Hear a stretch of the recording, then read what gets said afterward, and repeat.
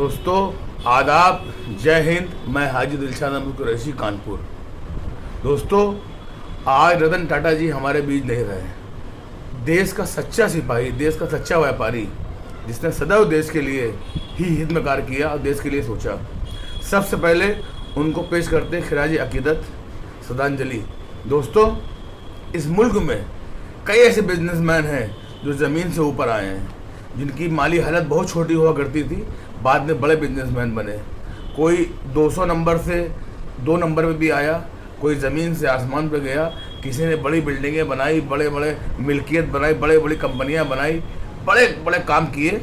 और उनकी शादियों में, उनके खर्चों में एक माली हालत देखी गई, एक बड़ा हुजूम देखा गया। पूरी दुनिया के लोग वहाँ देखे गए कि एक बड़ा माहौल कायम कर रहे हैं। लेकिन जब बात रतन टाटा जी की आती है, जो कि बिजनेसमैन थे, लेकिन उनके अंदर एक गरीबी वाला भाव था।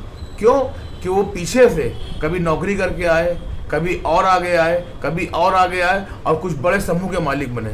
लेकिन उनके दिल में जो भाव था वो गरीबों वाला था, छोटों का था, सबको अपने साथ ले चलने का था। दोस्तों आप देखें कि देश का हर बिजनेसमैन वो बिजनेस करता है जिस बिजनेस से उसको फ़ायदा होता है, उसको नफ़ा होता है, उसको मुनाफा होता है। लेकिन रतन टाटा जी ने हमेशा वो बिजनेस किए जिससे देश को फ़ायदा हो, देश का नाम हो, देश का गौरव बढ़े। दोस्तों हमें याद है, हमने पढ़ा है, देखा है, हमने पढ़ा है, एयर इंडिया जो कि एक बड़ी जहाज समूह माना जाता था, उसको चलाने का काम किया, सिर्फ इसलिए कि लोग जाने कि भारत भी जहाज उड़ा सकता है, जहाज पे चल सकता है। लेकिन जब ज़रूरत देश को आई तो उस कंपनी को, देश को समर्पित कर दिया।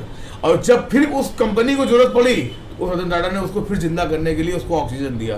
दोस्तों रतन टाटा जी वो नाम है कि जिन्होंने कैंसर के अस्पताल बनवाए, जिन्होंने स्कूल भी खुलवाए, जिन्होंने तमाम साइंटिस्ट संस्थान खुलवाए जिसमें लोग पढ़कर साइंटिस्ट बन रहे हैं, स्कूलों में पढ़कर आगे बढ़ रहे हैं। तमाम ऐसी संस्थाएं खुलवाई जिसमें जाकर लोगों ने फ़ायदे उठाए और लोगों ने काम किया।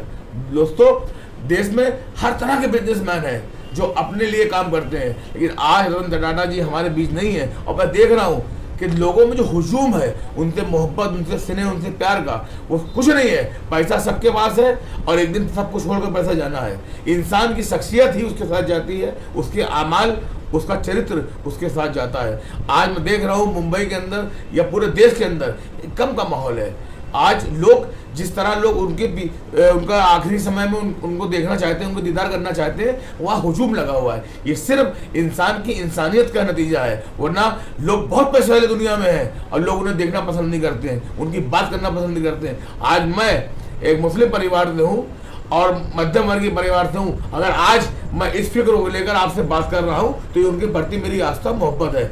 ना मैं उनकी कंपनी में कर्मचारी रहा, ना मैंने कभी उनके शेयर खरीद कर कोई लाभ उठाया। लेकिन इंसान की जब बात आती है, इंसानियत की जब बात आती है और उसके खुलूस की बात आती है तो हम चुप नहीं रह सकते, हम बात करते हैं। दोस्तों रतन टाटा जी हमारे बीच नहीं है, लेकिन उनकी याद, उनके बनाए संस्थान, उनकी तमाम चीज़ें हमारे बीच रहेंगी। और हम आप सभी कोशिश करें कि हम सब उनको विनम्र श्रद्धांजलि पेश करें, जिस तरह मैंने आज उनको खिराज अकीदत पेश की है। ईश्वर उनकी आत्मा को शांति दे और उनके आदर्शों पे, उनकी ज़िंदगी को पढ़कर लोगों को उस ओर जाने की प्रेरणा दे। धन्यवाद।